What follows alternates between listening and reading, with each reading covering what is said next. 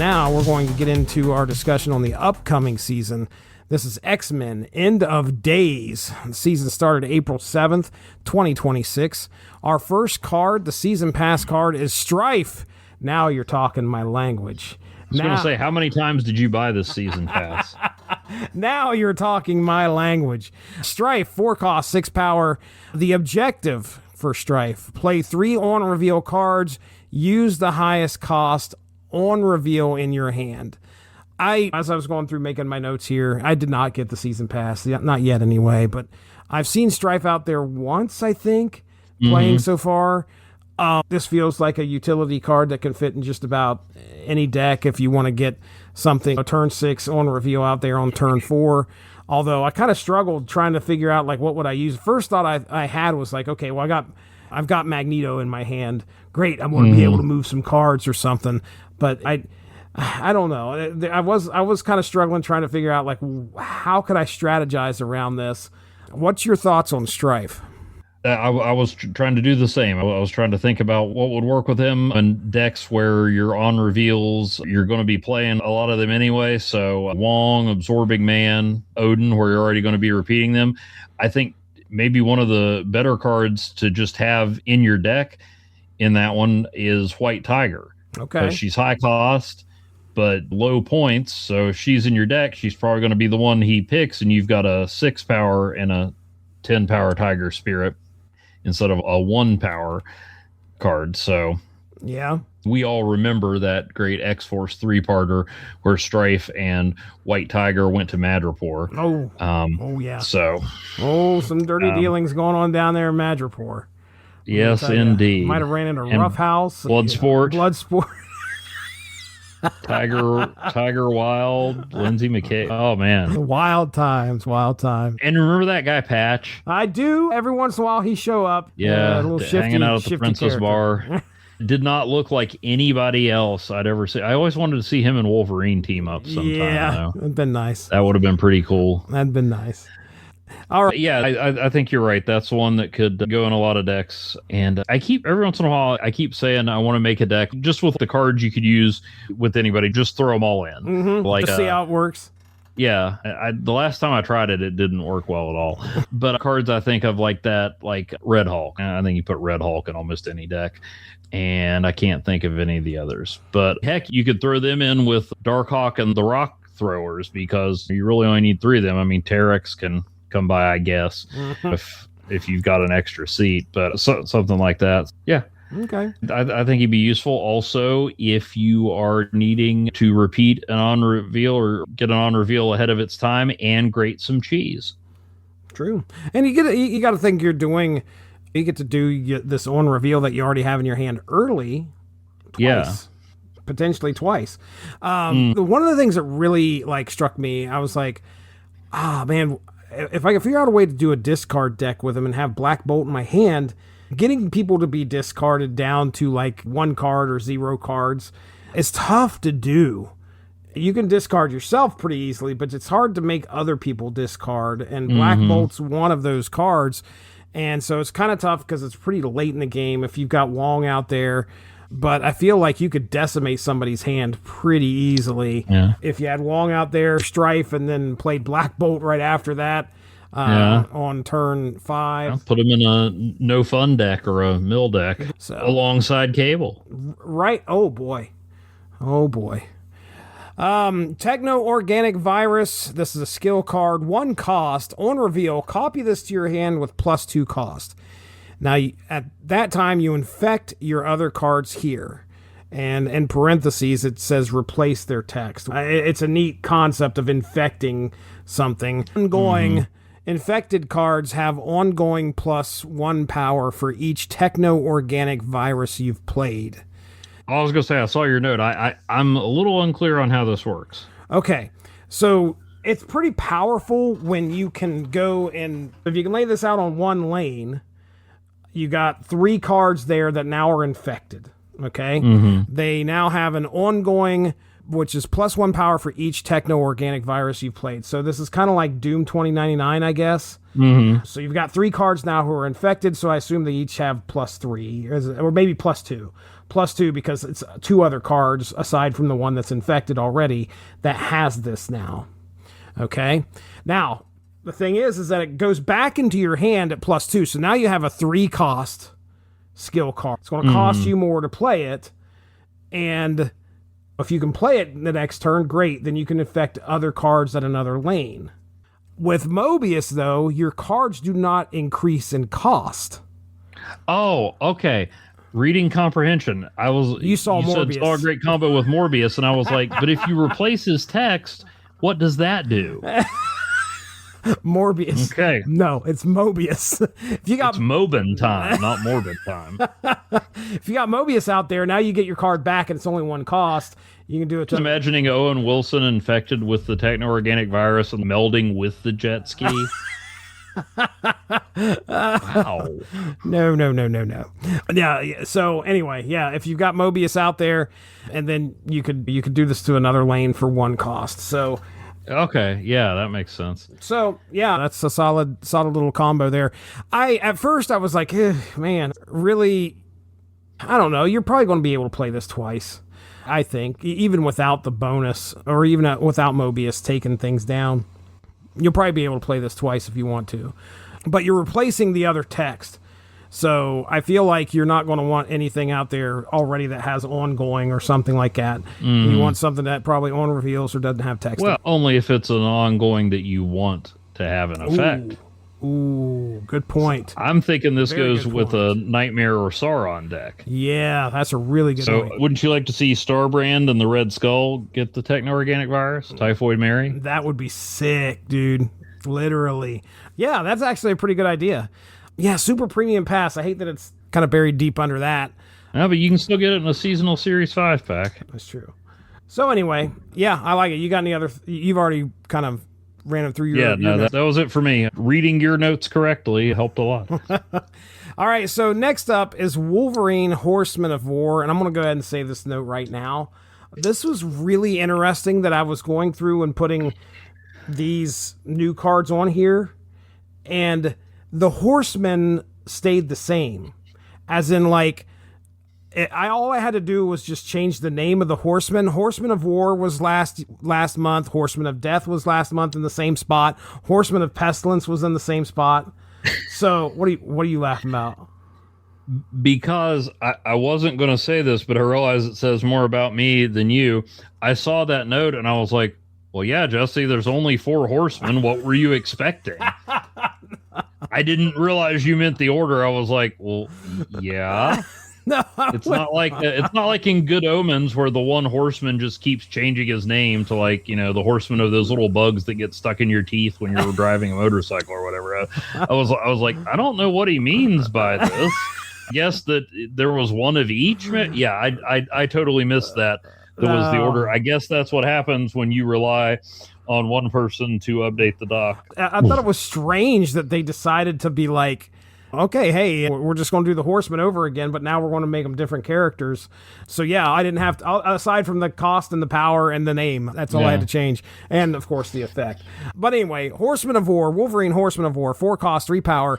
Objective, this has 5 or more power, so that's the objective to get it to.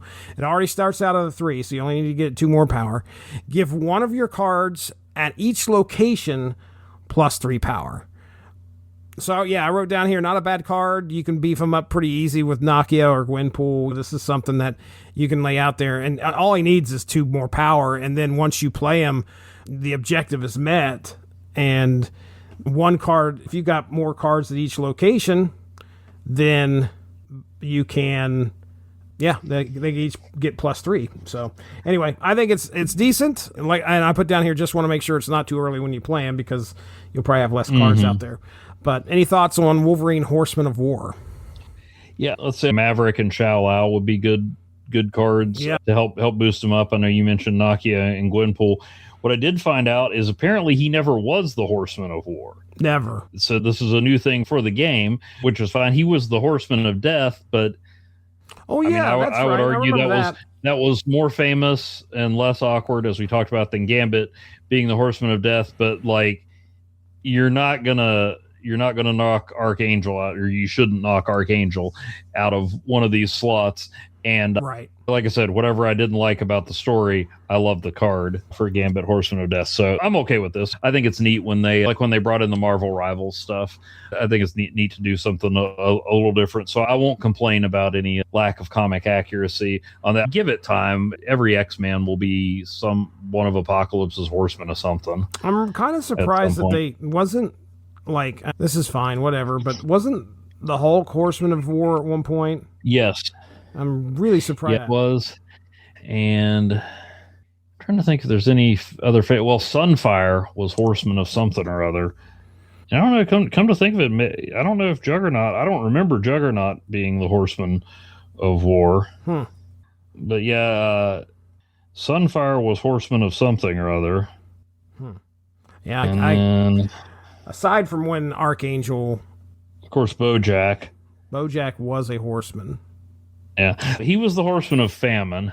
Okay. I'm kind of surprised that he didn't get a slot over Selene. Caliban famously was a horseman, although that was when Caliban was all buff. I don't know. I just imagine like one of these horsemen being like, isn't this cultural appropriation? We're not Egyptian.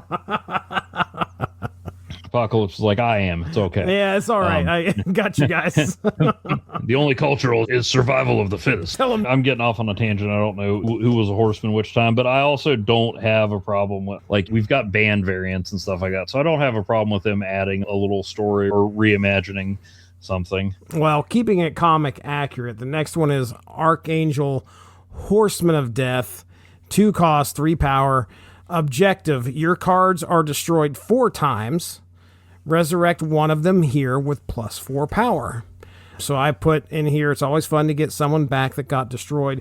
However, in most destroyed decks, you usually aren't losing anything. Now, help me out here. If Wolverine gets destroyed, does he get resurrected?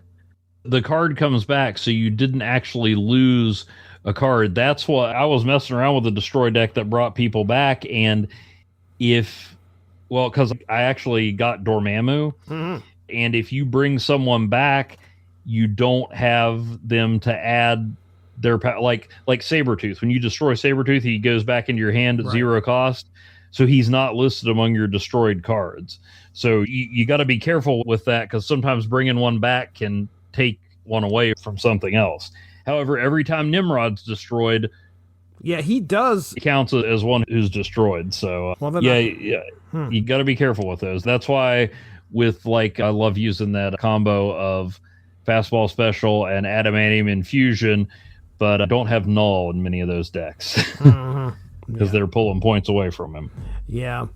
Arnim Zola Venom. So if you Arnim Zola Venom, and then you probably could resurrect Venom, I would assume. Yep. So that might work if you got a turn 7.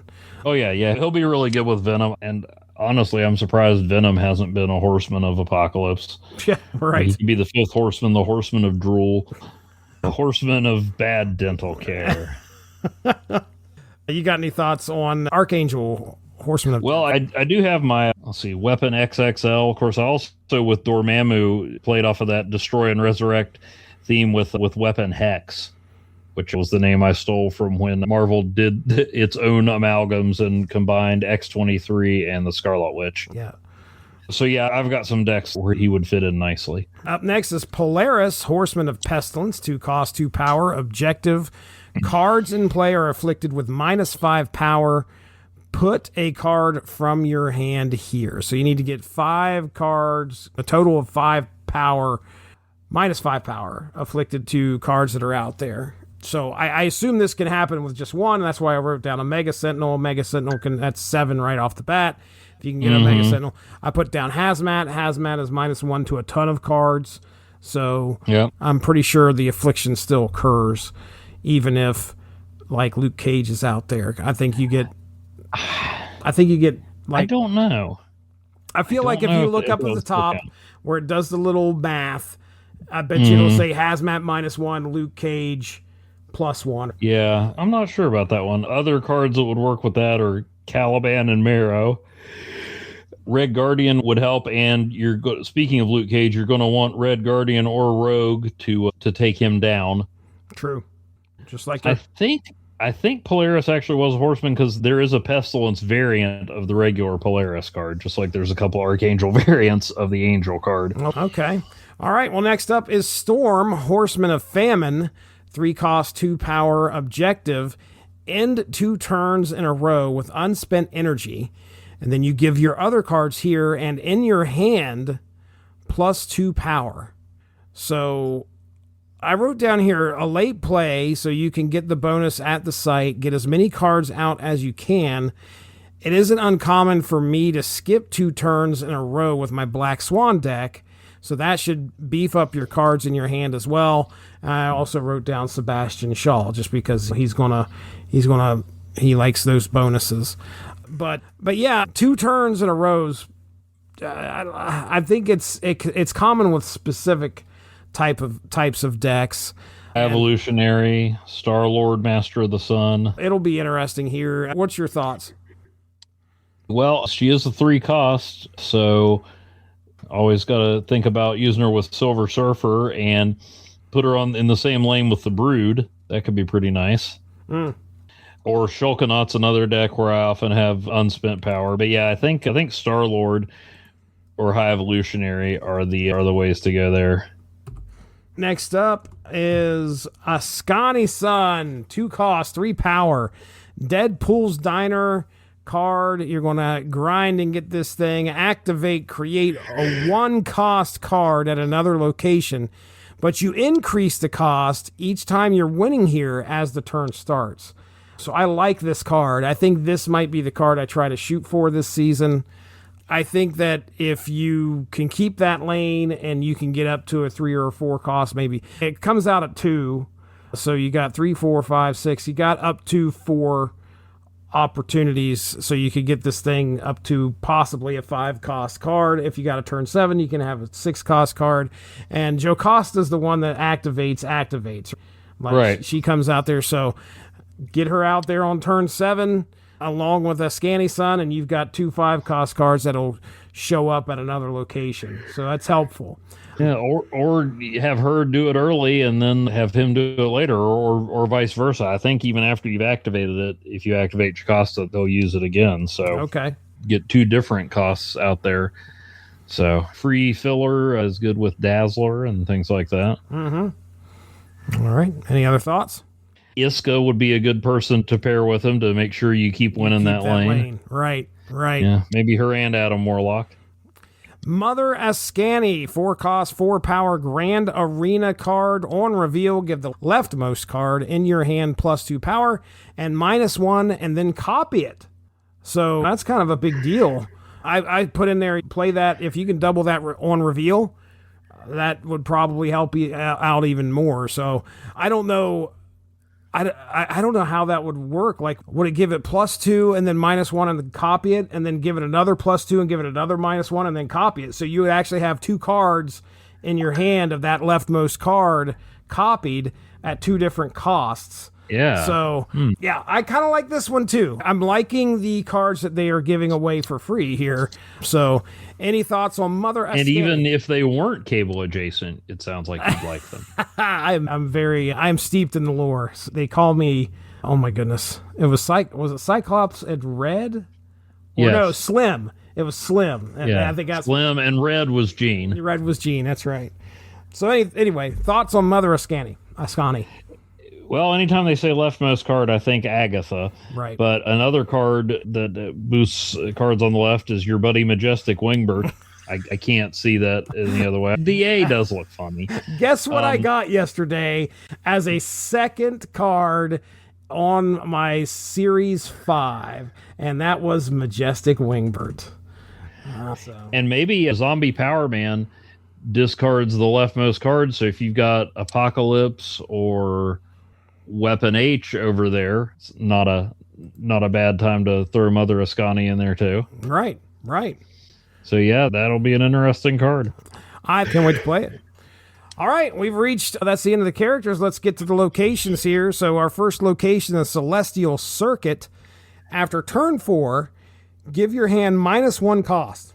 Your hand -1 cost if there's 12 plus power there. And I wrote down here I'm packing Quake that day because what's going to end up happening at 12 power is a lot, dude. You're especially at turn 4. I think obviously some of the other cards that are 4/10s or whatever are going to be what you want to shoot for. But anyway, what's your thoughts here on Celestial Circuit? Crossbones and Cull Obsidian might be good, and of course Zabu to bring them in, which he would never in the actual comics. Gladiator might be good one. Of course, you run the risk of helping your opponent build that power up too. So yeah, this will be one that's definitely worth, even if it just shows up in a normal game when you're not strategizing for it, this will be one that you'll want to power up. That can make a huge difference. Oh yeah. All right, and then our final location is Ebonshire. Draw the bottom card of your deck. So just put interesting, because I do like the fact that you're drawing differently a little bit, but I don't know how much of an impact it is going to have on the game. I do know at some point I will probably curse because well, I can tell you this much. I have cursed in the past, knowing that the last 2 cards in my deck were the ones that I needed, where Cerebro is residing or whatever. How many times will this let you draw Mr. Negative?